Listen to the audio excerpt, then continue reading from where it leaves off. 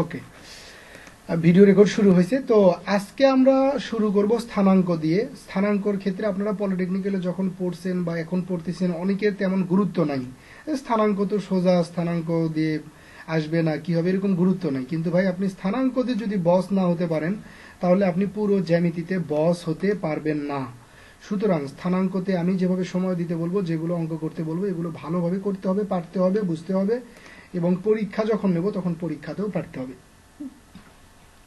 তো স্থানাঙ্ক রিলেটেড যে মূলধনগুলো সেগুলো আমরা এখন পড়ে ফেলবো। স্থানাঙ্ক রিলেটেড মূলধন।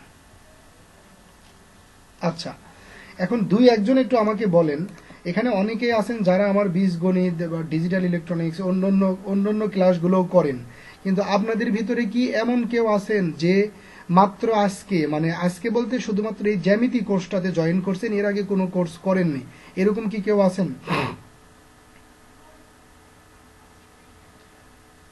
আচ্ছা, শানজিন, তাই না? শানজিন খান, আর একটা কি জাহিদ ভাই। ওকে, আপনারা যদি ভাই কোনো কিছু না ও হাবিব ভাই আছেন, আপনারা যদি কোনো কিছু না বোঝেন তাহলে আমার সাথে কথা বলবেন, ঠিক আছে? আর অন্যরা যারা আছে ওরা এতদিনে বুঝে গেছে যে কিভাবে কি করতে হয়, সবকিছু ওরা বুঝে গেছে। জাহিদ ভাই আপনার ওই যে এটা মিউট করেন, মিউট করে রাখেন এটা। হ্যাঁ, ভেরি গুড। তাহলে আমার ক্লাসগুলোর ইয়ে হবে যে আমি কথা বলবো, আমি আপনাকে বোঝাবো একটা টপিক, ওই টপিকটা শেষ করা না পর্যন্ত আপনি কোনো কথা বলবেন না। আমি যদি কোনো প্রশ্ন করি তাহলে কথা বলবেন, আর ওই টপিকটা শেষ হওয়ার পরে আমি বলবো যে ভাই আপনি কি এতটুকু বুঝছেন? তাহলে যারা বুঝবেন তাহলে চুপ করে থাকবেন, আর যারা বুঝবেন না তারা একটু সাউন্ড দেবেন যে ভাই ওই জায়গাটাতে বুঝিনি, তখন আমি আবার ক্লিয়ার করে দেবো। তবে ইনশাল্লাহ আমি একটা টপিক ক্লিয়ার করার পরে শতকরা 5% খুঁজে পাওয়া যাবে না যে বোঝেননি, এরকম খুঁজে পাওয়া যাবে না। ওকে, স্থানাঙ্ক কথাবার্তা শুরু। এগুলো কিন্তু আমাদের মূলধন। আজকে অঙ্ক করব না, আজকে শুধু স্থানাঙ্কর মূলধন রিলেটেড জিনিসপত্র নিয়ে আলাদা আলোচনা করব। আচ্ছা, স্থানাঙ্ক মানে হলো যে এই যে কোঅর্ডিনেট বা এক্সিসের হিসাব আসে। আমরা অ্যাডমিশনের সিলেবাসে যেই জ্যামিতিটা পড়বো সেটা হলো টু ডাইমেনশন জিওমেট্রি পড়বো। আপনারা ডুয়েটে যখন ভর্তি হয়ে যাবেন তখন 3 ডাইমেনশন পড়বেন। তো 2 ডাইমেনশন কেন বলতেছি? মানে দুইটা অ্যাক্সিস থাকবে। একটা অ্যাক্সিসের নাম হলো এই যে এটা, রাকিব ভাই মাত্র জয়েন করলো। একটা অ্যাক্সিসের নাম হলো এই যে এইটা, এটাকে আমরা বলবো এক্স অ্যাক্সিস, আর আরেকটা হলো এইটা, এটাকে বলবো আমরা ওয়াই অ্যাক্সিস। তাহলে এই পাশেও এক্স, এই পাশেও এক্স, এটা ওয়াই, এটাও কি ওয়াই। তবে এই পাশের এক্স কে এক্স প্রাইম আর এই পাশের ওয়াই কে ওয়াই প্রাইম দিয়ে প্রকাশ করা হয়। আর এইটা হলো তাদের একেবারে মূল একটা মাঝখানের বিন্দু এটা। এখন কথা হচ্ছে যে স্থানাঙ্কটা আমরা কেন পড়বো, স্থানাঙ্কর কি দরকার? স্থানাঙ্কর দরকার এজন্য যে সমতলে কোনো একটা বস্তুর, সমতল মানে জিনিসটা কি? সমতল মানে হলো একেবারে প্লেন, এরকম উঁচু নিচু এরকম জায়গা না। যেমন এই যে আপনারা আমার যে স্ক্রিনটা দেখতে পাচ্ছেন, এটা একটা সমতল। সমতলে কোনো একটা বস্তুর সঠিক অবস্থান নিরূপণ করার জন্য স্থানাঙ্ক পদ্ধতিটা ব্যবহার করা হয়। আবার বলি, সমতল জায়গায় কোনো একটা বস্তুর সঠিক অবস্থান নিরূপণ করার জন্য স্থানাঙ্ক পদ্ধতি ব্যবহার করতে হয়। যেমন আমি যদি এক্সাম্পল সহকারে আপনাকে বলি যে আপনি আমার এখানে বসে আছেন, আমার পাশে, আমি আপনাকে একটা বল দিলাম, বল দিয়ে বললাম যে ভাই এটা একটু পাশের রুমে গিয়ে রেখে আসেন। তো উনি যথারীতি ওই বলটা নিয়ে যদি পাশের রুমে গিয়ে রেখে আসে, তাহলে আমি এখান থেকে আইডেন্টিফাই করতে পারবো না যে ও বলটা কোথায় রাখছে। কিন্তু আমি যদি ওকে একটা ডিরেকশন দিয়ে দিই যে ভাই এই যে আমি আপনাকে একটা বল দিলাম, আপনি প্রথমে এখান থেকে আমার গেটে যাবেন, মানে পাশের রুমের গেটে যাবেন। গেট থেকে করবেন কি, আপনার পা দিয়ে 3টা স্টেপ সামনে যায়, ডান দিকে 2টা স্টেপ যাবেন, যাওয়ার পরে ওই জায়গাটাতে বলটা রেখে আসবেন। বলেন তো এইভাবে যদি ডিরেকশন দিয়ে দিই আর ও যদি বল রেখে আসে, তাহলে কি আমরা এই জায়গা থেকে বলতে পারবো না যে বলটা আসলে কোন জায়গাটায় রাখছে? কি বলেন আপনারা?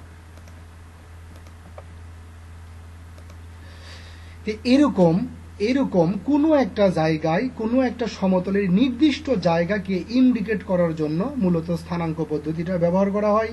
আর এই পদ্ধতি সাধারণত দুইটা। এই পদ্ধতি কয়টা আছে? দুইটা। মানে স্থানাঙ্ক পদ্ধতি হলো দুই রকম পড়বো আমরা। এখন পড়বো কার্তেশীয় একটা, কার্তেশীয়, যেখানে কোনো একটা স্থানাঙ্ককে এক্স কমা ওয়াই দ্বারা প্রকাশ করে, এগুলো কি পরে বলতেছি। আর একটা হলো পোলার, যেখানে আর কমা থিটা দ্বারা প্রকাশ করে। এখন আপনি কখন বুঝবেন যে একটা স্থানাঙ্ক কার্তেশীয় না পোলার? যদি দেখেন কোন স্থানাঙ্কর ভিতরে এইরকম ডিগ্রি দেওয়া আছে, তাহলে বুঝবেন যে ওটা পোলার স্থানাঙ্ক, কেননা এই যে থিটা এটা হলো ডিগ্রি মানে কোণ। আর যদি কোনো জায়গায় দেখেন যে কোনো প্রকার ডিগ্রি দেওয়া নাই, জাস্ট এরকম খালি দুইটা মান দেওয়া, এগুলো দূরত্ব, সাধারণত দূরত্ব বোঝায়, এরকম দুইটা মান দেওয়া, তাহলে বুঝবেন যে সেটা হলো কার্তেশীয় স্থানাঙ্ক। তাহলে আমি কি বললাম, ডিগ্রি যদি দেওয়া থাকে তাহলে বুঝবেন পোলার, ডিগ্রি যদি না দেওয়া থাকে, এমনিতেই দুইটা মান দেওয়া থাকে, তাহলে বুঝবেন সেগুলো কার্তেশীয় স্থানাঙ্ক। আপনারা কি সবাই যে কোনো স্থানাঙ্ক দেখে এখন বলতে পারবেন যে কোনটা পোলার কোনটা কার্তেশীয়? ওকে ওকে, এখন আমরা শিখব ওই কাজটা, যে সমতলে কোনো একটা বিন্দুর অবস্থান কিভাবে নির্ণয় করে। তাহলে আমরা প্রথমে শিখব এই যে কার্তেশীয় দিয়ে, যে সমতলে একটা বস্তু কিভাবে নির্ণয় করে। কার্তেশীয়, এখানে ছোটবেলায় যখন আপনারা অঙ্ক করছেন, ক্লাস 8, 9, 10-ও যখন করছেন, তখন গ্রাফ পেপার ব্যবহার করছিলেন। এটা কি মনে আছে সবার? গ্রাফ পেপার, সেখানে এই যে লম্বা লম্বা এরকম দাগ কাটা কাটা কাটা কাটা কাটা কাটা থাকতো, এইদিকে লম্বা দিকে, আবার এইদিকেও দাগ কাটা কাটা কাটা কাটা থাকতো, এইদিকে মানে এগুলো তো একবারে লম্বার দিকে থাকতো, এইদিকে হচ্ছে পাতাল দিকে, এইভাবে দাগ কাটা থাকতো। তো আমি এখানে জাস্ট ছোট ছোট করে দিতেছি আর কি, এরকম। এখন যদি আপনাকে কার্তেশীয় একটা মান দেয় যে, আচ্ছা এই বিষয়টা একটু পরে দেখবো আমরা এখন যেটা দেখবো সেটা হলো যে এই মূল বিন্দু থেকে শুধুমাত্র এই যে এক্স যেদিকে, সেই দিকের চিহ্ন হলো ধনাত্মক চিহ্ন, আর প্রাইমের দিকে চিহ্ন হলো ঋণাত্মক, ওয়াই এর দিকে হলো ধনাত্মক, আর ওয়াই প্রাইমের দিকে ঋণাত্মক। তো এক্সিসের সঠিক অবস্থান নিরূপণ করার জন্য দুইটা এক্সিস দ্বারা কোনো একটা সমতলকে চারটা ভাগে ভাগ করা হয়। দুইটা অ্যাক্সিস দ্বারা কোনো একটা সমতলকে চারটা ভাগে ভাগ করা হয়, এবং ওই চারটা ভাগের দুইটা পরিচয় আছে। একটা হলো তাদের ক্রমানুসারে পরিচয়, আর একটা হলো তাদের সাইনগত পরিচয়। আমি আবার বলি, একটা হলো তাদের ক্রমানুসারে পরিচয়, আর একটা হলো তাদের সাইনগত পরিচয়। দেখেন এই যে দুইটা অ্যাক্সিস দ্বারা আমরা এই সমতলকে চারটা ভাগে ভাগ করছি, একটা ভাগ, দুইটা ভাগ, তিনটা ভাগ, চারটা ভাগ। তাহলে আমি যদি এদের এখন পরিচয় দিই, যদি ক্রমানুসারে পরিচয় দিই, তাহলে এই যে দুইটাই এক্স আর ওয়াই, কোনো প্রাইম নাই, পজিটিভ পজিটিভ, এটার মাধ্যমে যে ভাগটা তৈরি হয়েছে তাকে আমি বলবো এটা হলো প্রথম ভাগ, এটা হলো দ্বিতীয় ভাগ, ঘড়ির কাঁটার বিপরীত দিকে এটা হলো তৃতীয় ভাগ, আর এটা হলো চতুর্থ ভাগ। এটা হলো তাদের ক্রমানুসারে পরিচয়। এবার যদি সাইনগত পরিচয় দিতে চাই, তাহলে দেখেন আমি এই ঘরের সাইনগত পরিচয় যদি দিতে চাই, তাহলে দেখেন এই ঘরটা তৈরি হয়েছে কি দ্বারা, এই যে এই একটা ডান্ডি আর এই একটা ডান্ডি শব্দ একটু দেশি শব্দ, এটা আপনারা চিনেন কিনা, লাঠি আর কি মনে করেন। এই একটা রেখা দ্বারা এই চতুর্ভাগ তৈরি হয়েছে। তাহলে এইগুলো আমরা লিখবো হচ্ছে যে কার্তেশীয় স্থানাঙ্কর মতো করে। কার্তেশীয় স্থানাঙ্কর ধর্ম কি, যে এক্স কমা ওয়াই, তার মানে সারা জীবন এটা হবে এক্স আর সারা জীবন এটা হবে ওয়াই, এগুলো পরিবর্তন হওয়ার কোনো সুযোগ নাই। এখানে যদি আমি এটা লিখি 4 আর এখানে লিখি যদি -3, তাহলে অটোমেটিক এটা এক্স এর মান, এটা হলো ওয়াই এর মান, এগুলো মান পরিবর্তন হওয়ার কোনো সুযোগ নাই। তাহলে এখানে যখন আমি সাইনগত পরিচয়টা দেব, তখন দেখেন এই যে এক্স, যেটা এই ঘরটা তৈরি হয়েছে এই এক্স আর এই ওয়াই দ্বারা, তাহলে এক্সটা কি পজিটিভ, তাহলে আপনি এখানে লেখেন পজিটিভ, ওয়াইটা কি পজিটিভ, তাহলে আপনি এখানে লেখেন পজিটিভ। এটা হলো তাদের সাইনগত পরিচয়। আবার এই ঘরে এক্সটা কি নেগেটিভ, তাহলে এটা হলো নেগেটিভ, ওয়াইটা কি পজিটিভ, এটা হলো পজিটিভ। আবার এই ঘরে এক্সটা কি নেগেটিভ, ওয়াইটা কি নেগেটিভ, আবার এই ঘরে এক্সটা কি পজিটিভ, ওয়াইটা কি নেগেটিভ। এইগুলোর সাইনগত পরিচয় হলো এগুলো, যে প্রথম ঘর প্লাস প্লাস, দ্বিতীয় ঘর মাইনাস প্লাস, তৃতীয় ঘর মাইনাস মাইনাস, চতুর্থ ঘর প্লাস আর মাইনাস। আপনারা কি ভাই কোঅর্ডিনেটের এই কয়টা পরিচয় বুঝতে পারছেন, যে ক্রমানুসারে পরিচয় আর হলো সাইনগত পরিচয়, এটা কি বুঝছেন এ পর্যন্ত? ওকে, ভেরি গুড। তাহলে আমি সামনের দিকে চলে যাই। এখন আমরা কোনো একটা জিনিসের ওই স্থানাঙ্ক মানে সঠিক অবস্থান নিরূপণ করার চেষ্টা করব, যে একটা বিন্দুর সঠিক জায়গায় কিভাবে যায়। আসেন, ধরেন আমি একটা মান দিলাম যে -3 আর হলো 4, বলেন তো এটা কি স্থানাঙ্ক?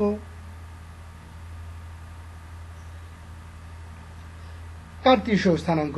কার্তেশীয় স্থানাঙ্কর ভাই এটার সাইন কি, প্রথমটা মাইনাস পরেরটা প্লাস, তাহলে এটা কোন প্লাস, এটা হলো,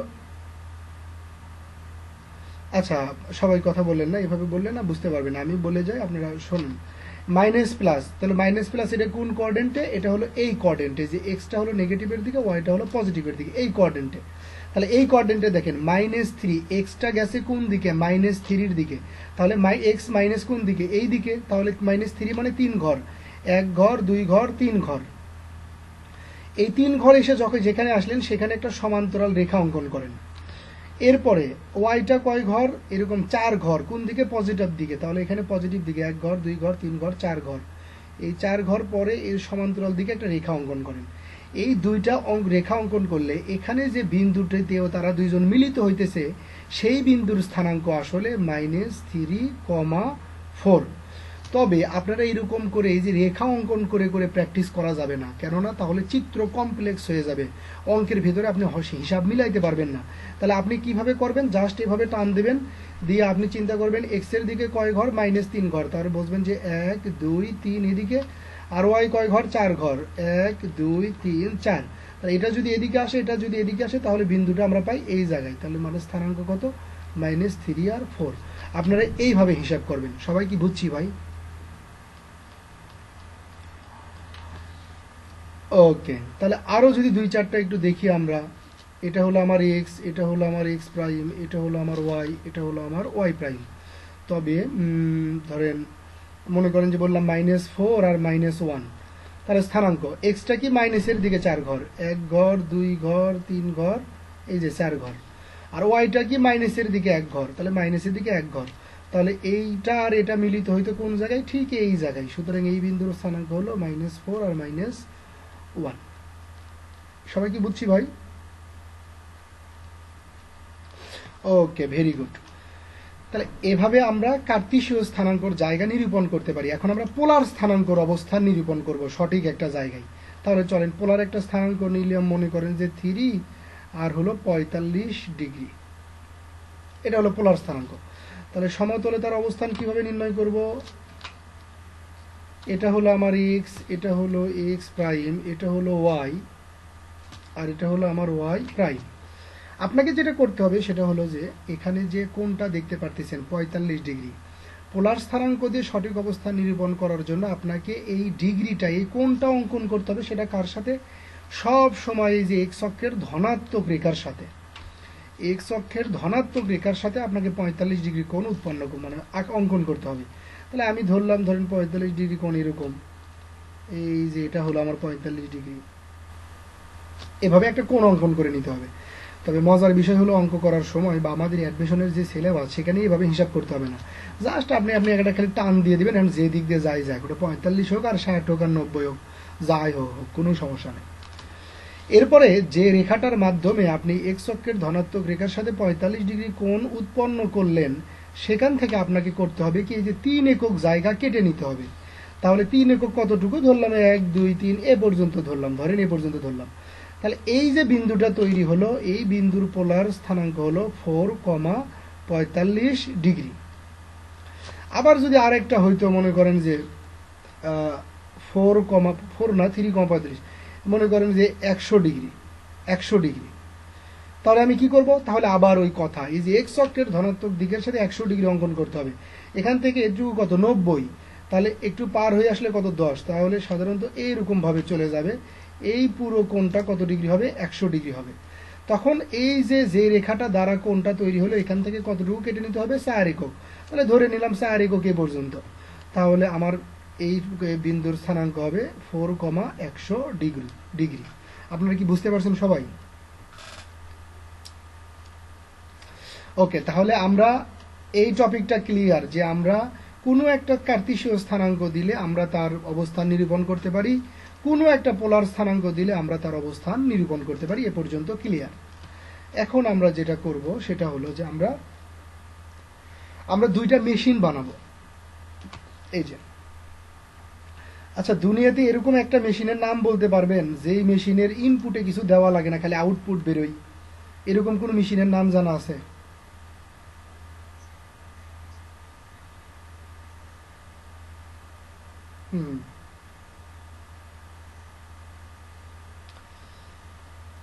না, আমি এটা এই এই প্রশ্নটা করিনি ভাই। আমি প্রশ্ন করছি যে দুনিয়াতে কি এরকম কোনো মেশিন আছে যে মেশিনের ইনপুটে কিছু দেওয়া লাগে না, শুধু আউটপুট বেরোয়? এরকম কোনো মেশিনের নাম জানা আছে কিনা?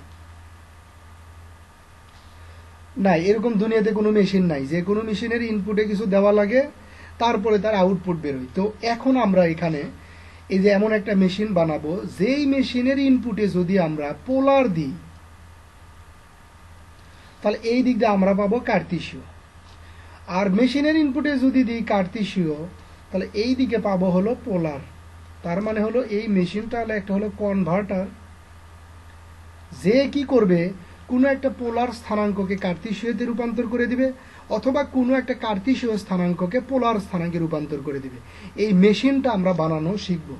তো এই মেশিনটা বানানো শেখার জন্য আমাদের একেবারে ক্লিয়ার একটা কনসেপ্ট লাগবে। সেটা কি?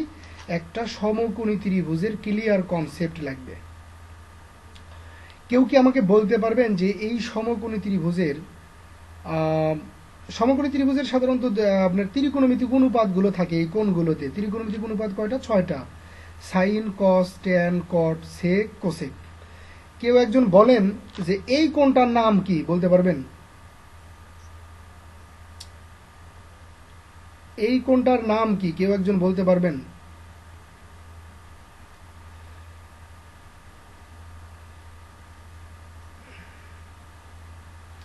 আচ্ছা, আমি আপনাদের বলতেছি ত্রিকোণমিতিক অনুপাত হলো 6টা।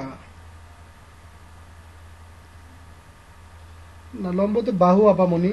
এই যে এটা হলো লম্ব, বা যেটাই হোক লম্ব। শোনেন, এই যে দেখেন সাইন, তারপরে হলো কস, তারপরে হলো ট্যান, তারপরে হলো কট, তারপরে হলো সেক, আর একটা হলো কোসেক। এই 6টা। আচ্ছা, এদের নাম কি? এদের নাম হলো ত্রিকোণমিতিক অনুপাত। এদের নাম হলো ত্রিকোণমিতিক অনুপাত।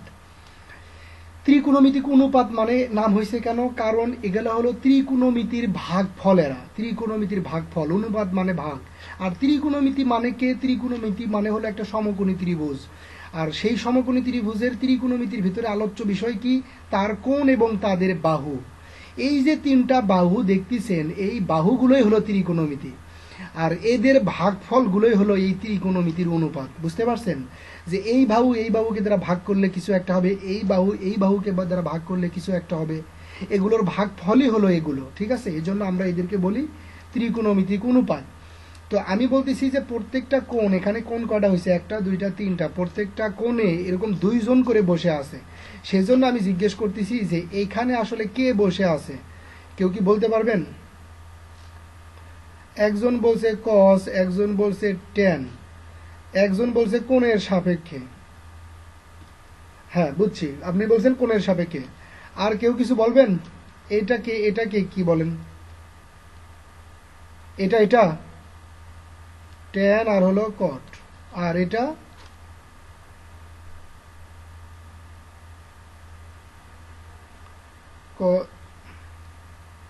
ওকে, সাইন আর কোসেক। হ্যাঁ, শোনেন, এখন যে 2-1 এই যে ত্রিকোণমিতি কোণের অনুপাত বা সংক্রান্ত যারা 2-1 কথা কইতেছেন, এরা কোনো না কোনো ভাবে সম্ভবত আমার সাথে পূর্ব থেকে পরিচয়, এগুলো অথবা যে কোনো মাধ্যমে এগুলো জিনিসপত্র শুনছেন। তাছাড়া আপনারাও এখানে বলতে পারতেন না। তো এই যে একটা দেখেন বেসিক একটা জিনিস, যেই জিনিসটা আমাদের শেখা উচিত ছিল ক্লাস 9-এ উঠে, একবারে ক্লাস 9-এ, কিন্তু আমরা এই জিনিসগুলো শিখিনি, যার কারণে আমাদের কনসেপ্ট একেবারে ক্লিয়ার না। এখানে যারা যত কথাবার্তা বলছেন, শুধুমাত্র এটা ছাড়া আর এই যে এটা ছাড়া ম্যাক্সিমাম কথাবার্তা হলো মিশা কথা। তার মানে আপনারা এতদিন মিশা কথা কয়ে যাচ্ছেন। তো সঠিক কথা কি সেটা আমরা একটু শিখবো। এটা শিখলে বহু কিছু ক্লিয়ার হয়ে যাবে। ওকে, একটা সমকোণী ত্রিভুজের ক্যালকুলেশন করার জন্য বা হিসাব করার জন্য কোনো একটা কোণের সাপেক্ষে হিসাব করতে হয়। কোনো একটা কোণের সাপেক্ষে হিসাব করতে হয়। যেমন ধরেন, আপনি সব সময় লেখেন এরকম কস থিটা, ট্যান থিটা, কট থিটা, এভাবে লিখছেন না ছোটবেলা থেকে? একটু বলেন তো সবাই। তো এভাবে লেখেন, এক থিটা কত জায়গায় হবে? এটা তো আর 3 জায়গায় বসে নাই। এক থিটা তো এক জায়গাতেই বসে আছে। ও তো আর 3 জায়গায় বসে নাই। মানে ও তো ট্যানের কাছে, কটের কাছে, সেকের কাছে, সবার কাছে থাকতে পারে না। 1 জন বা 2 জনের কাছে আছে। তো সবার সাথে আপনি থিটা থিটা লেখেন কেন? সবার সাথে আপনি থিটা থিটা লেখেন এজন্য যে কোনো একটা ত্রিকোণমিতিক হিসাব করার জন্য যে কোনো একটা কোণের সাপেক্ষে হিসাব করতে হয়। তো সেটা কোন কোণের সাপেক্ষে হিসাব করবেন সেটা আপনাকে ডিসাইড করতে হবে। এই দুইটার ভিতরে হয় এটা অথবা এটা, এই দুই কোণের সাপেক্ষে আপনি হিসাব করতে পারবেন। চাইলেও আপনি এই কোণের সাপেক্ষে হিসাব করতে পারবেন না, কারণ এর একটা পরিচয় আছে। সেটা কি, এই কোণের সাইজ হলো 90 ডিগ্রি, এজন্য এটা একটা সমকোণী ত্রিভুজ। আর এখানে সারা জীবন বসে আছে ট্যান আর কট, এখানে চাইলেও আর অন্য কেউ আসতে পারবে না। আর এই দুইজনের ভিতরে যে কোনো একটা জায়গায় একটা কোণের সাপেক্ষে আপনাকে হিসাব করতে হবে।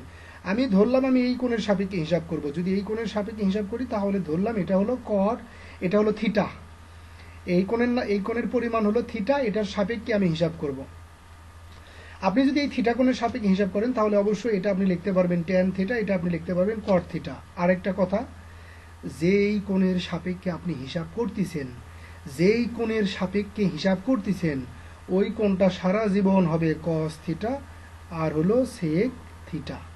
আর এই যে হতভাগা একেবারে বাবা মা সারা যেই বেচারাটা এই জায়গায় পড়ে আছে, এ সারা জীবন হবে সাইন থিটা আর হলো কোসেক থিটা। তাহলে আমি এই চিত্রটাই যদি একটু পরিবর্তন করে দিই, দিয়ে যদি আমি বলি যে আমি এই কোণের সাপেক্ষে হিসাব করব, তাহলে এই কোণটা কি হবে, এটা হবে কস থিটা, এটা হবে সেক থিটা, এটা 90 ডিগ্রি কোনো পরিবর্তন নাই, ট্যান থিটা আর একটা কি কট থিটা। আর এই যে অবশিষ্ট যেটা থাকলো সেটা হলো সাইন থিটা আর হলো কোসেক থিটা। আর কি আপনাদের ভুল হবে কারো? সবাই কি বুঝতে পারছেন? একটা কোণ, যে কোনো সমকোণী ত্রিভুজের ভিতরে একটা কোণ না দেওয়া পর্যন্ত আপনি এক পা কাজও তার সামনের দিকে করতে পারবেন না। ওকে, আর একটা কথা মনে রাখবেন যে এই থিটার বিপরীতে যেটা থাকে সেটা হলো লম্ব। থিটার বিপরীতে যেটা থাকে সেটা লম্ব, থিটার সাথে যেটা থাকে সেটা হলো ভূমি।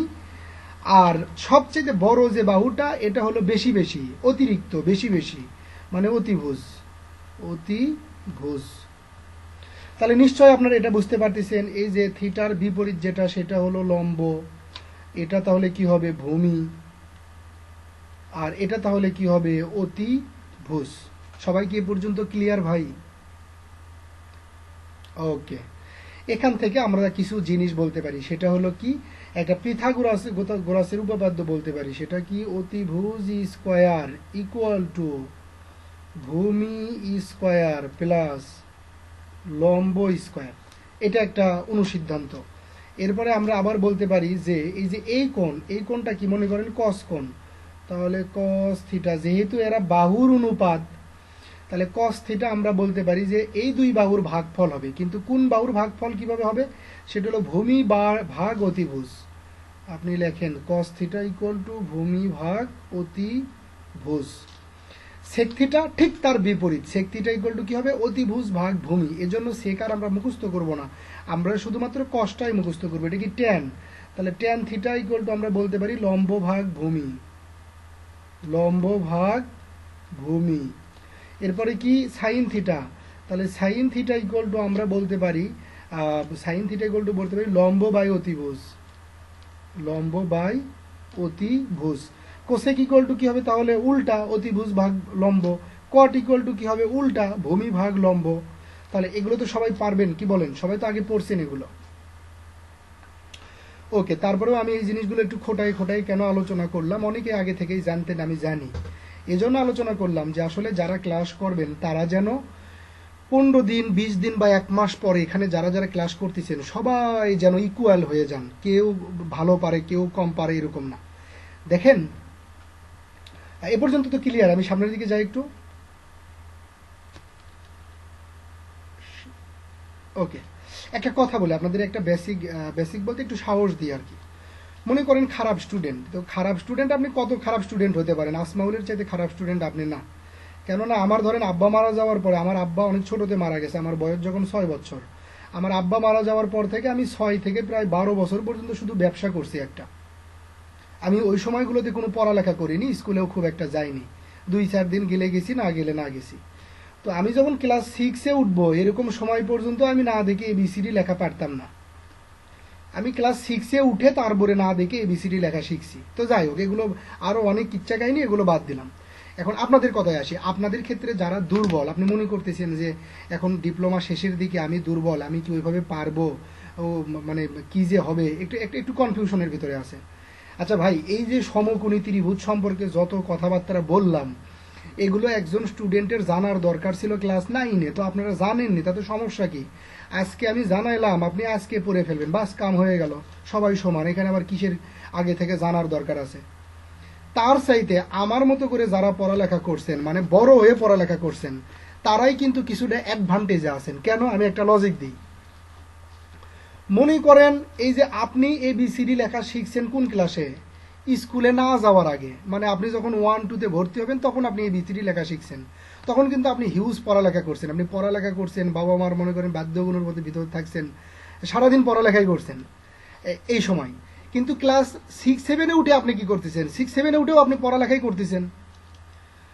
আপনার হিস্ট্রি হলো এটা। কিন্তু আমাদের মতো খারাপ স্টুডেন্ট, আমাদের হিস্ট্রি কি?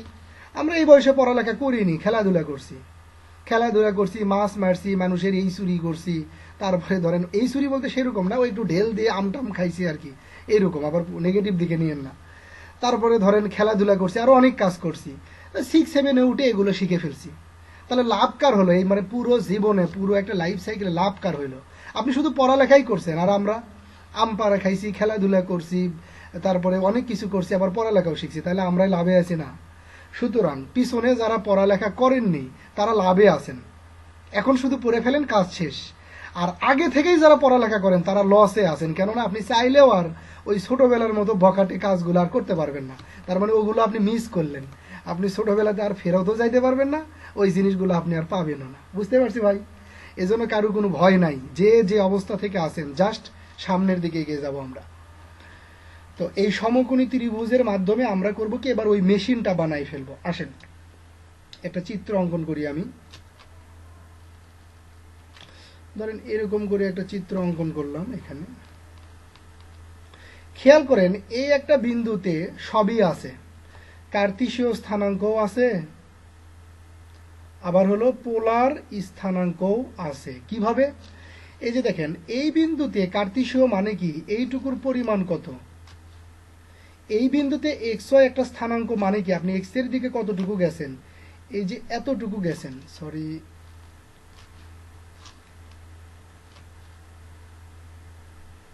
এইটুকুর পরিমাণ কত কেউ কি বলতে পারবেন? এইটুকুর পরিমাণ হলো x, এইটুকুর পরিমাণ যে x, এটুকু বোঝেননি এরকম কেউ আছেন?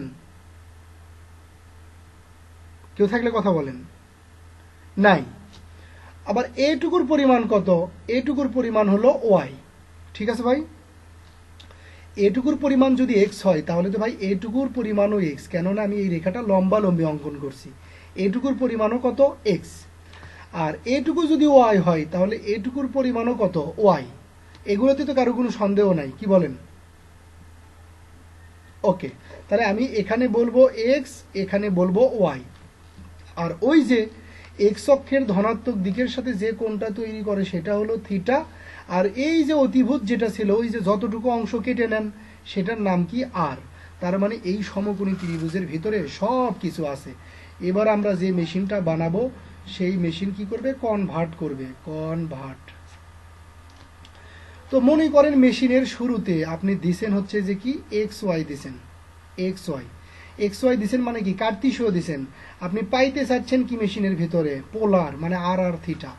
তার মানে এই XY কে ব্যবহার করে একবার আর বানাইতে হবে, এই XY কে ব্যবহার করে একবার থিটা বানাইতে হবে। তাহলে চলেন বানাই ফেলি।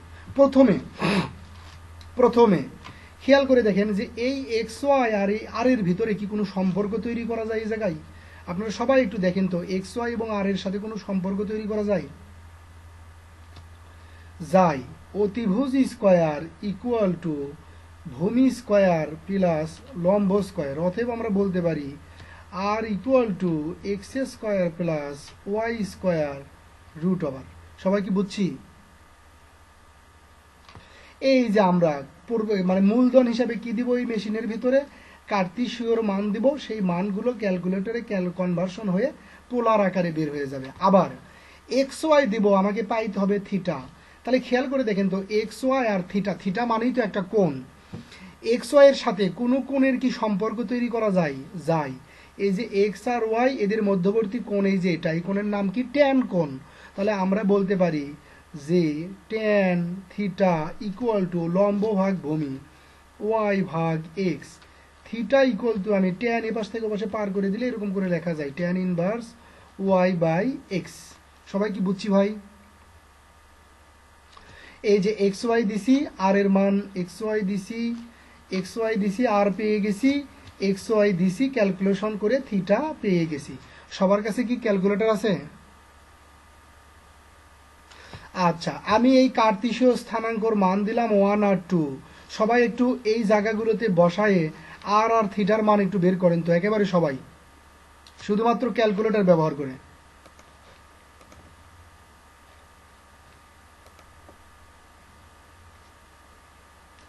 আচ্ছা, সবাই বের করে ওয়েট করেন।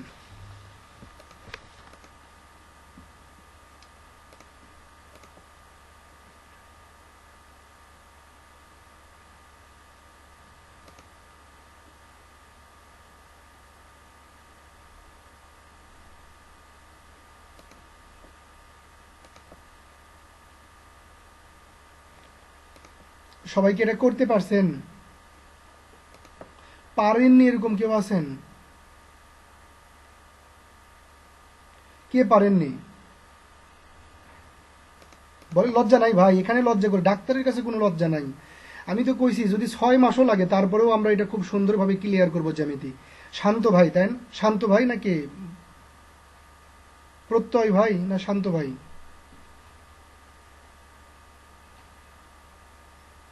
আচ্ছা, এই যে দেখেন ভাই, আমরা মান বের করে ফেলবো। আমরা দিছি কি এক্স ওয়াই এর মান, এই যে দিয়ে দিছি 1 2, পাইতে চাই কার? আর আর থিটার মান। তাহলে আর ইকুয়াল টু আপনি কি জানেন? এই যে আর ইকুয়াল টু এই যে রুট ওভার এই যে এক্স এর মান এখানে দেওয়া আছে কত? 1, তার মানে 1 স্কোয়ার প্লাস এই যে ওয়াই এর মান দেওয়া আছে কত? 2, এই যে 2 স্কোয়ার ইকুয়াল টু কত হয়? 2 2 4 আর একে 5 রুট ওভার 5। ভাই বুঝছেন প্রত্যয় ভাই? আচ্ছা, এই যে যখন থিটা বের করবেন তখন এই যে theta equal to tan inverse, এই যে ওয়াই এর মান দিবেন কত? 2, আর এই যে এক্স এর মান দিবেন কত? 1। এখন ঠিক এইভাবেই ক্যালকুলেটরে চাপবেন, চাপলে একটা ডিগ্রির মান এই জায়গায় বেরোবে। এই দুটাই হলো আপনার পোলার স্থানাঙ্ক। বুঝছি ভাই? ওকে, জ্যামিতির ক্ষেত্রে আরেকটা কথা বলি। জ্যামিতির ক্ষেত্রে আপনি যতবার মান বের করবেন কখনো এই দশমিকগুলো, মানে মূলদ আর অমূলদ জিনিস বলে একটা কথা আছে, এগুলো হলো অমূলদ সংখ্যা। এই জিনিসগুলোকে কখনো আপনি বর্গমূল করে আপনি দশমিক আকারে আনসার লিখবেন না। জ্যামিতির কোনো জিনিসের মান আপনি দশমিক আকারে লিখবেন না। হয় যেমন আছে অমনই রাখবেন, অথবা ভগ্নাংশ আকারে লিখবেন, ভগ্নাংশ আকারে, কিন্তু কখনো দশমিক আকারে কোনো মান লিখতে পারবেন না। তাহলে আমরা এতক্ষণ দেখলাম কি কার্তেশীয় দিলাম, এদিকে আমাদের পোলার স্থানাঙ্কে কনভার্সন করে দিল। তাহলে এখন আমরা যেটা করব সেটা হচ্ছে যে পোলার দিব, কিন্তু আমাদেরকে বানাই দিবে কার্তেশীয়। চলেন,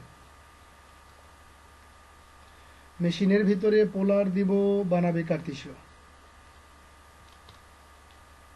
মেশিনের ভিতরে পোলার দিব, বানাবে কার্তেশীয়। তাহলে পোলার হলো আর আর থিটা। আমি পাইতে চাই কি? এক্স আর ওয়াই। প্রথমে খেয়াল করেন, প্রথমে আমি আর আর থিটা দিলাম, পাবো হলো এক্স।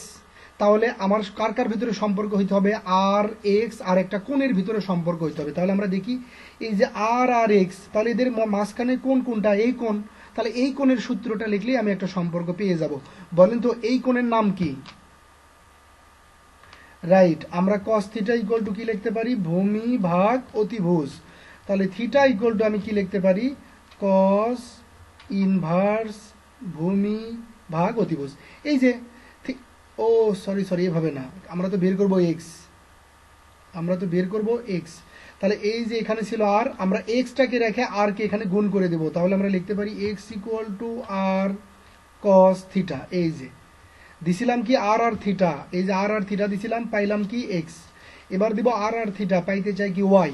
তাহলে আর একটা কোণ আর ওয়াই এর ভিতরে সম্পর্ক, এই যে আর আর ওয়াই, এই যে এখানে একটা কোণ, এই কোণের নাম কি? সাইন কোণ। তাহলে আমরা লিখব সাইন থিটা ইকুয়াল টু লম্ব ভাগ অতিভুজ। তাহলে আমরা লিখতে পারি y equal to r sine theta. এটা হলো আমার আরেকটা মেশিন। তাহলে এবার যদি আমি আপনাকে 2 আর 30 ডিগ্রি যদি বলে দিই, 2 আর 30 ডিগ্রি যদি বলে দিই, তাহলে কি আপনারা কি সবাই কার্তেশীয় স্থানাঙ্কটা কি বের করতে পারবেন? অবশ্যই পারার কথা, কেননা এই যে এই মেশিনে এক্স এর মান বের করবেন, সুতরাং আর এর মান কত 2 আর থিটার মান কত 30, তাহলে আপনি লিখবেন 2 গুণন cos 30। ক্যালকুলেটরে দিলে যা আসবে তাই। এখানে 2 গুণন sin 30, ক্যালকুলেটরে যা আসবে তাই। এই যে এটা একটা মান, এটা একটা মান। সবাই কি পর্যন্ত বুঝছি ভাই? ওকে, যাই হোক ভাই, পয়েন্ট আকারে লিখবেন না, মানে কোন আকারে লিখবেন আর কি। আর যখন কোনো উপায় থাকবে না তখন আপনি পয়েন্ট আকারে লিখতে পারেন। এটার ক্ষেত্রে উপায় আছে, এটার ক্ষেত্রে পয়েন্ট আকারে ছাড়াও লেখার উপায় আছে। কেননা কারণ এটা তো 2 cos 30 ডিগ্রির মান হলো √3/2, তাহলে 2 কাটলে কত থাকে √3, এটা আনসার লিখতে হবে। আর এটার ক্ষেত্রে হচ্ছে যে আপনার এটার ক্ষেত্রে হচ্ছে যে 2 ইন্টু sin 30 ডিগ্রি, শুধুমাত্র 1, তাহলে এক্স না 1, √3 না ভাই, এক্স এর মান হলো √3, তার মানে √3, 1 হবে। ক্লিয়ার সবাই? একটা বিষয় হচ্ছে যে আমরা এতক্ষণ পর্যন্ত জ্যামিতির যা যা দেখলাম বা দেখতেছি, ভাই বলেন। জি, দশমিকে লিখলে সমস্যা হবে ভাই, কেননা কারণ এই ক্যালকুলেটরে আপনার এই √3-র এক্স্যাক্ট কোনো মান আসবে না। এক্স্যাক্ট মানে এক্স্যাক্ট, কেননা এটা একটা অমূলদ সংখ্যা। এই অমূলদ সংখ্যা ক্যালকুলেটরে দিয়ে দেখেন, ক্যালকুলেটরের দশমিক শেষ হবে না, দশমিকের পরের অংশ। তাহলে আপনি লিখবেন কোন পর্যন্ত? √3 যদি আপনি দেন, পুরো ক্যালকুলেটর ভরে যাবে, শেষ হবে না। তো এখন কথা হলো যে জ্যামিতি হলো এমন একটা জিনিস, মনে করেন যে আপনি এমনি অঙ্কের ক্ষেত্রে 1, 2, 3, 4, 5, 6, 7, 8, 9 একে আপনি লিখতে পারেন, 1, 2, 3 এভাবে লিখতে পারেন। কিন্তু জ্যামিতি হলো এমন একটা হিসাব যে 1, 2, 3 লিখলেন, বাকি জিনিসগুলো আপনি বাদ দিলেন কেন? ওটুকু জিনিসের জন্যও তো আমার বিন্দুটা একটু কি হইতে পারে, ডিসপ্লেস হইতে পারে, তাহলে বাদ দিলেন কেন? এজন্য আপনি দশমিক আকারে লিখতে পারবেন না। বুঝতে পারছি ভাই? এখন আপনি কিছু বই পুস্তকে হয়তো বা লেখা দেখবেন। এখন কথা হলো ভাই, এগুলো বইয়ের রেফারেন্স কখন আবার আমাকে দেখাবেন না, কেননা কারণ বই যারা লিখছে, বা একটা বই মানে যে দুনিয়ার সব কিছু এরকম না। এই যতগুলো বই পড়ি, আপনারা যে ডিপ্লোমাতে বই পড়েন, আপনারা কি বইয়ের ভিতরে অনেক ভুল টুল বের করতে পারেন না? কত জায়গায় কত মিস্টেক হয়। এজন্য বই সব কিছু না, যেভাবে বলি এভাবে একটু ইয়ে করবেন। তো যে সূত্রগুলো আমরা এখানে দেখলাম, এই সূত্রগুলো আপনি কিভাবে পড়বেন? এই সূত্রগুলো কিন্তু ভাই একবারে ঠাড়া মুখস্থ করলে আপনার হবে না, কেননা অনেক সূত্র আছে মুখস্থ করার। যেই সূত্রটা মুখস্থ করতে হবে সেটা আমি আপনাকে বলে দেব। আর যেগুলো এভাবে বের করা যায় সেগুলো আপনি কি করবেন? প্র্যাকটিস করবেন। প্র্যাকটিস করে করে করে করে করে করে আপনি সেই জিনিসটা শিখে ফেলবেন। ঠিক আছে? মানে এক সময় আপনার ওই ফিগারই বলে দিবে সবকিছু। বলেন।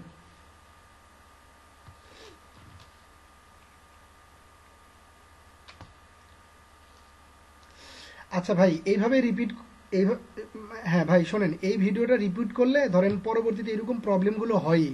তো রিপিট করলে আমরা সামনের দিকে যেতে পারবো না। আমাদের পুরো ক্লাসটা হচ্ছে যে রেকর্ড করা হইতেছে। আমাদের যে পার্সোনাল গ্রুপ আছে, এই গ্রুপগুলোতে আমরা ভিডিওগুলো দিয়ে দেব। এবং আপনারা এখানে যারা এমনিতেই ক্লাস করতেছেন, আপনারা তো জানেন যে আমাদের এই কোর্সটা পেইড কোর্স। এমনিতেই যারা ক্লাস করতেছেন তারা সঞ্চার পথ পর্যন্ত সকল ভিডিও আমার ইউটিউব চ্যানেলে পাবেন। সঞ্চার পথ পর্যন্ত সকল ভিডিও আমার ইউটিউব চ্যানেলে পাবেন। এখন আমরা যে কাজটা করব, আসেন আরেকটা কাজ করব।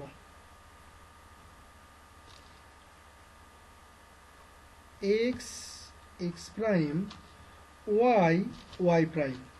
আচ্ছা, আমি যদি এই জায়গার একটা বিন্দু নিই, এই জায়গার একটা বিন্দু নিয়ে আপনাকে বললাম যে এই বিন্দুর স্থানাঙ্ক হলো x2, x1, sorry x2, y2। এখানেই কি আপনারা সবাই বুঝতে পারতেছেন যে x2 আসলে কতটুকু আর y2 আসলে কতটুকু? এটুকু কি সবাই বুঝছেন? কোনো একটা বিন্দুর স্থানাঙ্ক মানে হলো, কোনো একটা বিন্দুর স্থানাঙ্ক মানে হলো, প্রথমটা হলো x এর মান, আর x এর মান মানে কতটুকু? এই যে y থেকে যতটুকু গেছেন, y থেকে যতটুকু গেছেন অতটুকু হলো x এর মান, তাহলে এইটুকুর পরিমাণ হলো x2। আর y এর মান মানে হলো x থেকে যত দূর গেছেন। এই কথাটা কিন্তু খুবই গুরুত্বপূর্ণ। এগুলো খুবই সহজ কথা, কিন্তু আমি আপনাকে বলতেছি, আপনাকে যখন আমি অ্যাডভান্স অধ্যায়ে নিয়ে যাব, প্রত্যয় ভাই আপনার ইয়েটা মিউট করেন স্পিকারটা। তো আমি যখন পরের অধ্যায়গুলোতে যখন নিয়ে যাব আপনাকে, তখন আপনি এগুলোতে সবসময় ভুল আনসার দেবেন, মানে এগুলো আপনি ভুল করে ফেলবেন এই হিসাবগুলো। তাহলে এখানে আপনি মনে রাখবেন কি কোনো একটা স্থানাঙ্ক মানে হলো এক্স এর মান মানে হলো ওয়াই থেকে ততটুকু, আর ওয়াই এর মান হলো এক্স থেকে ততটুকু, মানে উল্টা। এই ওয়াই টুটা কতটুকু, এই ওয়াই টু হলো এতটুকু, এই ওয়াই টু হলো এতটুকু, এতটুকু। এটুকু তো ক্লিয়ার ভাই, তাই না? এবার আমি এখানে একটা বিন্দু নিব, যেই বিন্দুটার পরিমাণ আমি বলতেছি যে এই বিন্দুটার স্থানাঙ্ক আমি বললাম যে x1 কমা হলো y1। তাহলে এটার ক্ষেত্রেও তো নিশ্চয়ই বুঝতে পারতেছেন যে কোনটা কতটুকু। এখান থেকে এটুকু হলো, এখান থেকে এটুকু, এটুকুর নাম কি বলেন? এটুকুর পরিমাণ কত? আর এটুকুর পরিমাণ কত? y1। এখন যদি আমি এখানে একটা কাজ করি ভাই, সেই কাজটা কি? আমি একটু মনে করেন যে খুশিতে ঠেলাই এখান থেকে এখানে যোগ করে দিলাম, আর খুশিতে ঠেলাই এখানে একটু এ পর্যন্ত যোগ করে দিলাম, এখানে এ পর্যন্ত একটু যোগ করে দিলাম। বলেন তো এটাকে একটা সমকোণী ত্রিভুজ না? এই সমকোণী ত্রিভুজের ভালো করে খেয়াল করে দেখেন, এই যে এইটুকুর পরিমাণ কতটুকু হবে বলেন তো? এইটুকুর পরিমাণ কি আমি এইভাবে বলতে পারি না যে x2 মাইনাস x1? এটুকু পুরোটা ছিল x2 আর এটুকু হলো x1, তাহলে বাদ দিলে এটুকু হয় x2 মাইনাস x1। এই ভিতরের টুকুর পরিমাণ কতটুকু হবে? এটা আমি ভুল করলাম, y2 মাইনাস y1 হবে। এটুকুর পরিমাণ হলো y2 আর এটুকুর পরিমাণ হলো y1, তার মানে y2 মাইনাস y1। আর এটুকুর পরিমাণ কতটুকু হবে বলেন তো? এটুকুর পরিমাণ সবাই কি বুঝতেছি ভাই? x2 minus x1। আর এই যে বড় বাহু, এই বাহুটার নাম আমি একটা দিলাম r। তাহলে ভাই পিথাগোরাসের সূত্র অনুযায়ী আমি এখানে কি লিখতে পারি বলেন তো? r স্কয়ার ইকুয়াল টু ভূমি স্কয়ার। আমি এভাবে লিখতে পারি x2 minus x1 whole square plus লম্ব square y2 minus y1 whole square. এটাকে কি আমি এভাবে লিখতে পারি না? r equal to x2 minus x1 whole square plus y2 minus y1 whole square equal to root over. সবাই কি এ পর্যন্ত বুঝছি? এই জিনিসের যদি একটা সামারি আমি তৈরি করি এই জায়গায়, মানে এটার একটা নাম দিলাম এ, এটা একটা নাম দিলাম বি, এটার নাম দিলাম সি। তাহলে এই যে এ বি রেখাটা যদি আমি এই জায়গায় একটু অঙ্কন করি, এই বিন্দুটার নাম যদি হয় এ, বলেন তো এই এ বিন্দুর স্থানাঙ্ক কত?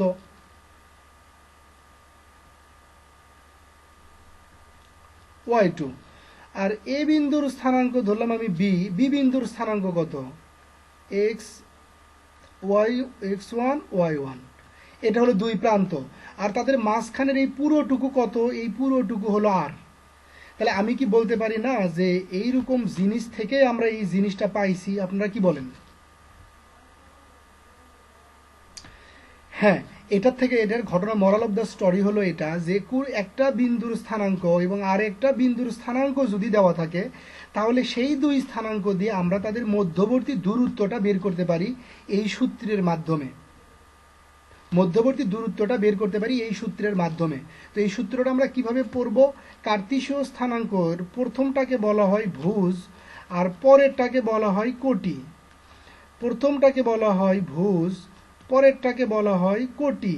তাহলে এটা আমরা পড়ব কিভাবে? যে ভুজ দ্বয়ের অন্তরের বর্গ, এই যে x2 minus x1 whole square plus কোটি দ্বয়ের অন্তরের বর্গ y2 y1 হোল স্কয়ার, মাথার উপরে কি তাদের বর্গমূল।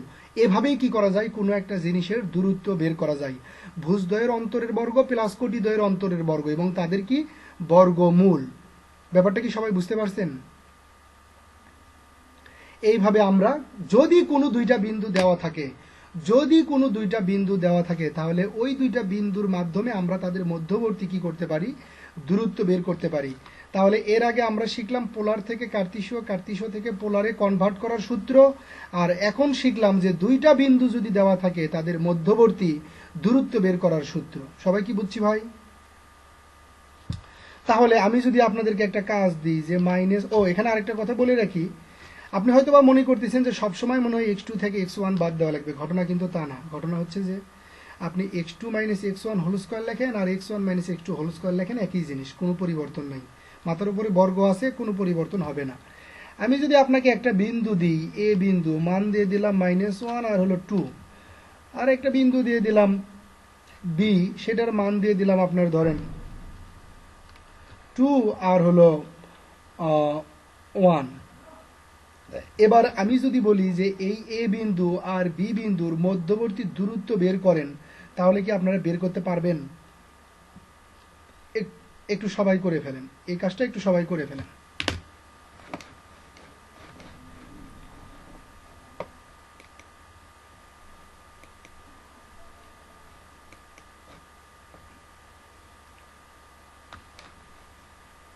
ওকে, ওয়েট করেন, অন্যরা করুক।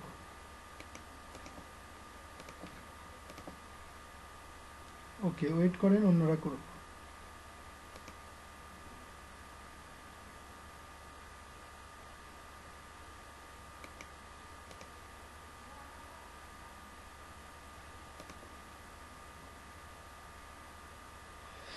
হ্যাঁ, ওকে, তাহলে আমরা কিভাবে করতে পারি যে এদের মধ্যবর্তী দূরত্ব ধরেন এখানে দেওয়া আছে কত আর, তাহলে ভুজদ্বয়ের অন্তর -1 -2 whole square plus 3 -1 whole square root over, তাহলে -1 আর -2 কত হয়, -3 বর্গ করলে কত হয় 9, প্লাস এখানে 2 বাদ দিলে কত হয়, 1 বাদ দিলে 2, 2 দুগুণ কত 4, মাথার উপরে রুট ইকুয়াল টু কত রুট ওভার 13। সবার কি এটা আসছে?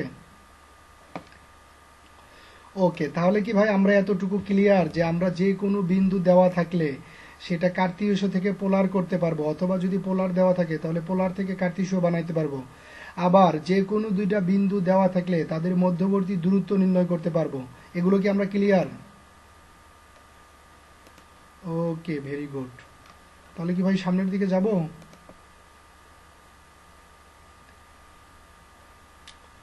ওকে, ঠিক আছে। এবার আমরা দেখব আরেকটা জিনিস, সেটা হলো এটা যদি একটা বিন্দু হয় এ বিন্দু, আর তার স্থানাঙ্ক যদি হয় x1 আর y1, আর এটা যদি একটা বিন্দু হয় বি বিন্দু, তার স্থানাঙ্ক যদি হয় x2 আর y2, তাহলে এদের সমন্বয়ে যে জায়গাটা, তার ঠিক মধ্যবিন্দু একটা জায়গা থাকবে। সেই মধ্যবিন্দুকে যদি ডি ধরি আমি, তাহলে সেই মধ্যবিন্দুর স্থানাঙ্কটা কত হবে? দেখেন, যে কোনো দুইটা জিনিসের মধ্য জিনিস আমরা নির্ণয় করতে চাইলেই আমরা তার গড় নির্ণয় করি। কি নির্ণয় করি? গড়। তাহলে এই জায়গায় যদি আমরা তাদের দুইটা জিনিসের গড় করি, তাহলে ভুজদ্বয় কি হবে, যে ভুজ x1 প্লাস x2, তাদের গড় কি 2, আর ওয়াই এর ক্ষেত্রে কি হবে y1 প্লাস y2 বাই কত 2। এই যে এদের গড় করলেই মধ্যবিন্দুর স্থানাঙ্কটা বের হয়ে যাবে। সবাই কি বুঝছি? এটা হলো মধ্যবিন্দুর স্থানাঙ্ক বের করার সূত্র। মধ্যবিন্দুর স্থানাঙ্ক বের করার সূত্র এটা। আর প্রথম অধ্যায় করার জন্য আপনাদের আর তেমন কিছু লাগবে না। এখন অন্য কিছু টপিকে কথা বলি একটু। মনে করেন একটা ত্রিভুজ, ত্রিভুজ না, যা ইচ্ছা তাই মনে করেন, আমি যা খুশি তাই আঁকবো, মনে করেন যা ইচ্ছা তাই। এখানে এ বিন্দু, এটা হলো বি বিন্দু, এটা হলো সি বিন্দু, এটা হলো ডি বিন্দু। এবার আমি এখান থেকে আপনাদেরকে একটা প্রশ্ন করব। আমার যদি এ বিন্দুর স্থানাঙ্ক দেওয়া থাকে, বি বিন্দুর স্থানাঙ্ক দেওয়া থাকে, সি বিন্দুর স্থানাঙ্ক দেওয়া থাকে, ডি বিন্দুর স্থানাঙ্ক দেওয়া থাকে, তাহলে আপনি কি এ বির দূরত্ব বের করতে পারবেন? আপনি কি বি সির দূরত্ব বের করতে পারবেন? আপনি কি সি ডির দূরত্ব বের করতে পারবেন? এই দূরত্বগুলো মানে এই বিন্দুগুলোর স্থানাঙ্ক দেওয়া থাকবে, কিন্তু তারপরেও আপনি এইগুলোর দূরত্ব বের করতে পারবেন না, এরকম কেউ কি আছেন? থাকার কথা না, কেননা এই দূরত্ব নিয়েই তো আমরা এতক্ষণ কাজ করতেছি। তো এরও যদি হয়, তাহলে আমি কয়েকটা জিনিস একটু অঙ্কন করে আপনাদেরকে বুঝাই দিই, আপনারা একটু ক্লিয়ার বোঝার চেষ্টা করেন। যদিও একই রকম হয়নি, তারপরেও কি বলতে পারবেন যে আমি এটা কি অঙ্কন করছি?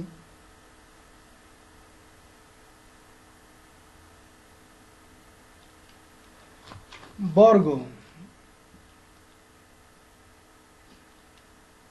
রাইট। যদিও ঠিক হইতেছে না, তারপর কি বলতে পারবেন যে এটা কি?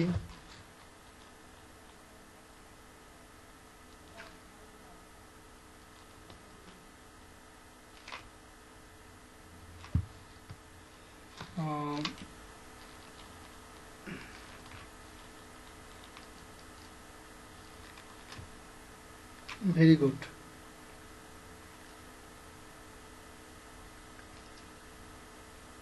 এটা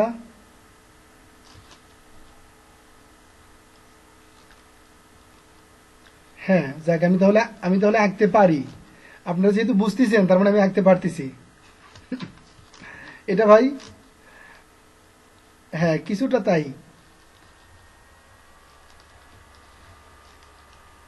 আর এই ভদ্রলোক কি তাহলে? বিষমবাহু ত্রিভুজ। তাহলে ভাই প্রত্যয় ভাই একটু একটু মিউট করেন ভাই, ওই যে সাউন্ড হয় অনেক। হ্যাঁ এখন এইগুলো জায়গা থেকে না আমরা কিছু জিনিস শিখবো। দেখেন অনেকগুলো অঙ্ক আমার এখান থেকে হয়ে যাবে, অনেকগুলা। কি যেন বলে, আচ্ছা এগুলোকে বলে কি শীর্ষবিন্দু বলে। এটা এই বর্গক্ষেত্রের শীর্ষবিন্দু কয়টা? 4টা। এটা ধরেন এ, এটা ধরেন বি, এটা ধরেন সি, এটা ধরেন ডি। তাহলে এটাও এ, এটাও বি, এটা হলো সি, এটা হলো ডি।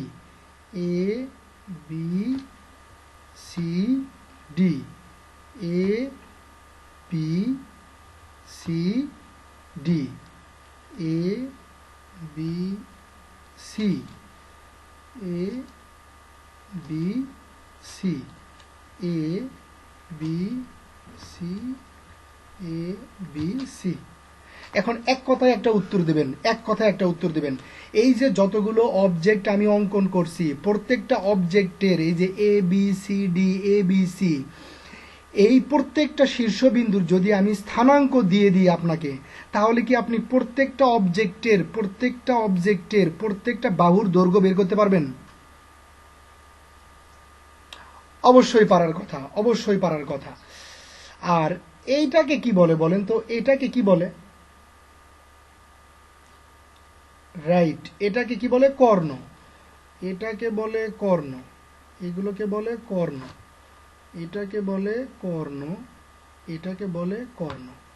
এখন আপনাদের যেটা কাজ সেটা হলো যে এই প্রত্যেকটা অবজেক্টের সংজ্ঞা আপনাকে বলতে হবে, সংজ্ঞা বলতে হবে, কিন্তু কোনো কোণ ব্যবহার করা যাবে না, কোনো কোণ ব্যবহার করা যাবে না, শুধুমাত্র দূরত্ব দিয়ে এদের সংজ্ঞা বলতে হবে।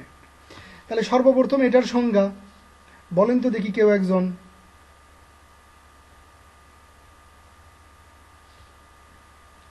এই চতুর্ভুজেরও তো 4টে বাহু সমান ভাই।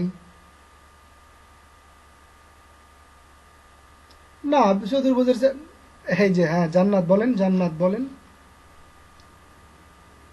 রাইট,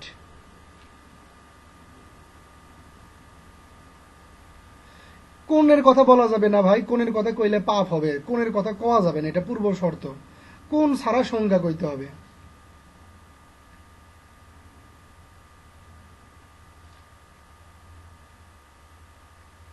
আমি যে কন্ডিশনটা লিখলাম তাতে করে কি বোঝা যাচ্ছে না যে এটা একটা বর্গক্ষেত্র? আপনারা কি বলেন? 4টা বাহু সমান হবে এবং তাদের কর্ণ দুইটাও সমান হবে, যদি হয় তাহলে সেটা একটা বর্গক্ষেত্র। আবার এটার ক্ষেত্রে কি হবে? এ বি ইকুয়াল টু হবে সিডি, আবার হবে এ সি ইকুয়াল টু হবে বিডি, আবার এ ডি ইকুয়াল টু হবে বিসি। মানে বিপরীত বাহুগুলো সমান এবং কর্ণ দুইটাও যদি সমান হয় তবে আমরা তাকে কি বলবো? আয়তক্ষেত্র। বুঝছি সবাই?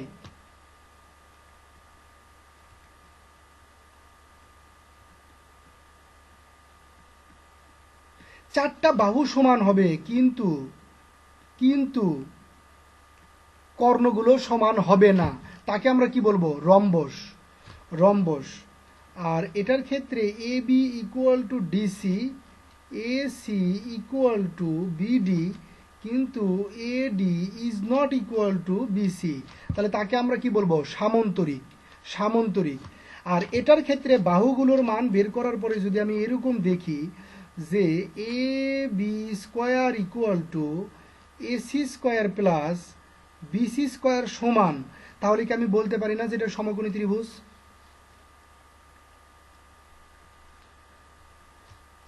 AC equal to AB but is not equal two BC, তাহলে কি আমি বলতে পারি না সমদ্বিবাহু? এটা হলো সমবাহু, is not BC is not CA। খেয়াল করে দেখেন যে শর্তগুলো লিখলাম এই শর্তগুলো দেখে আমরা কি বলতে পারি না যে এটা ক্লিয়ার সবাই? তাহলে এখানে ভাই অনেকগুলো অঙ্ক থাকবে এরকম, আপনাকে করবে কি শীর্ষবিন্দুর স্থানাঙ্কগুলো আপনাকে দিয়ে দিবে। শীর্ষবিন্দুর স্থানাঙ্কগুলো আপনাকে দিয়ে আপনাকে বলবে যে প্রমাণ করো যে এটা একটা বর্গক্ষেত্র, প্রমাণ করো যে এটা একটা বর্গক্ষেত্র। তখন আপনাকে কি করতে হবে? তখন আপনাকে এরকম একটা চিত্র আগে অঙ্কন করতে হবে। চিত্র অঙ্কন করে সবগুলো বাহুর মান বের করতে হবে, মানে প্রত্যেকটা বাহুর দূরত্ব বের করতে হবে। দূরত্ব বের করার পরে যদি দেখেন যে সবগুলো দূরত্ব সমান, এরপরে বের করবেন তাদের কর্ণ, এবং কর্ণ বের করার পরে যদি দেখেন যে সবগুলো কর্ণ মানে দুইটা কর্ণ কি সমান, তাহলে আপনি লিখে দিবেন যে এটা একটা বর্গক্ষেত্র, প্রমাণিত। আমার কথা কি বুঝতে পারছেন সবাই? এভাবে যদি আপনাকে রম্বস, সামন্তরিক, তারপরে ধরেন সমকোণী ত্রিভুজ, সমদ্বিবাহু ত্রিভুজ, বিষমবাহু ত্রিভুজ, এই ত্রিভুজগুলো বা এই জিনিসগুলো যদি আপনাকে প্রমাণ করতে বলে, আপনি কি পারবেন না? Very good. শুধুমাত্র একটা সূত্র দিয়ে এগুলো পারবেন। কোন সূত্র? সেটা হলো দূরত্ব বের করার সূত্র, দূরত্ব বের করার সূত্র। তো যাই হোক, আজকে তো প্রথম দিন, আমি করব কি এই যে মূলধনগুলো আপনাদেরকে গোছায়ে দিলাম, এখন আমি আজকে রাত্রে হয়তো বা রাত 10টা 11টা 12টা 1টা বেজে যাইতে পারে, এরকম সময়ে আমি এই মূলধন রিলেটেড আমি আপনাদেরকে একটা সাজেশন বলবো না, আমি সাজেশন দেব পরে। আগে আপনাদেরকে তৈরি করব, মানে আপনারা যেন জ্যামিতি বুঝতে পারেন, জ্যামিতি যেন শিখতে পারেন। এজন্য আমি কিছু অঙ্ক দিব, ওই অঙ্কগুলো আপনারা চেষ্টা করবেন যে কে কয়টা অঙ্ক পারেন। যারা অঙ্ক পারবেন তারা তো অঙ্ক করবেন, যারা পারবেন না তারা আমার নেক্সট ক্লাসের জন্য অপেক্ষা করবেন। ওখান থেকে আমি কিছু অঙ্ক সলিউশন করে দিয়ে যদি আমি আপনাদেরকে বাকি অঙ্কগুলো নিজেদের করতে বলি, তাহলেই আপনারা করতে পারবেন। আজকের ক্লাসে মূলধন এতটুকুই। আরেকটা বিষয় আবারও বলে রাখি, ক্লাস কত গুণ হবে এটা কোনো ডাজন্ট ম্যাটার, ক্লাস কয়দিন হচ্ছে এটাও ডাজন্ট ম্যাটার।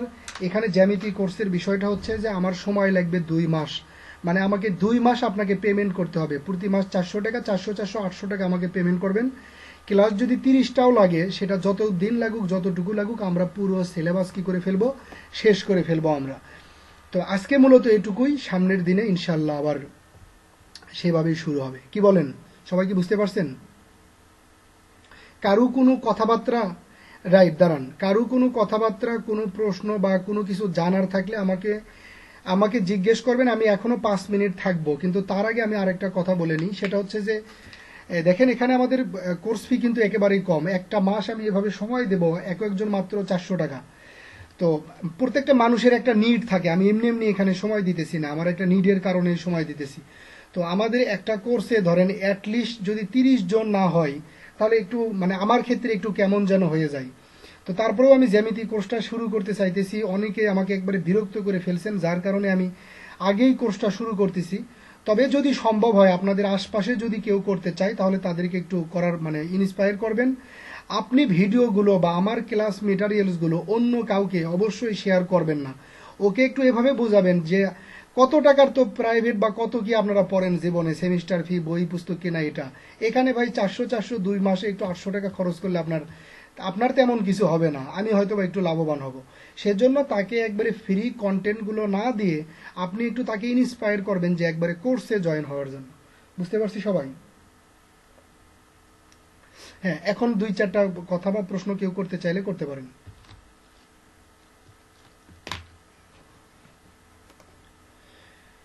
আমার আমার একটা বিকাশ নাম্বার আছে, জাস্ট আপনি বিকাশে বরাবর 400 টাকা সেন্ড করে দিলেই কাজ হয়ে যাবে। আর তার আগে আমার সাথে যোগাযোগ করলে আমি হচ্ছে 2টা গ্রুপে আপনাকে ইয়ে করাবো আর কি। একটা হলো যে মেসেঞ্জার গ্রুপ আছে, আর একটা প্রাইভেট গ্রুপ আছে যেখানে আসলে ভিডিওগুলো পাওয়া যাবে। ওই গ্রুপটাতে আপনি সহযোগিতা পাবেন, একবারে ডুয়েট অ্যাডমিশন পর্যন্ত সহযোগিতা পাবেন। পর আমি সহযোগিতা না করলেও পরস্পর আপনাকে সহযোগিতা করবে, তবে আমার সাথে একটা কমিটমেন্টেড থাকতে হবে।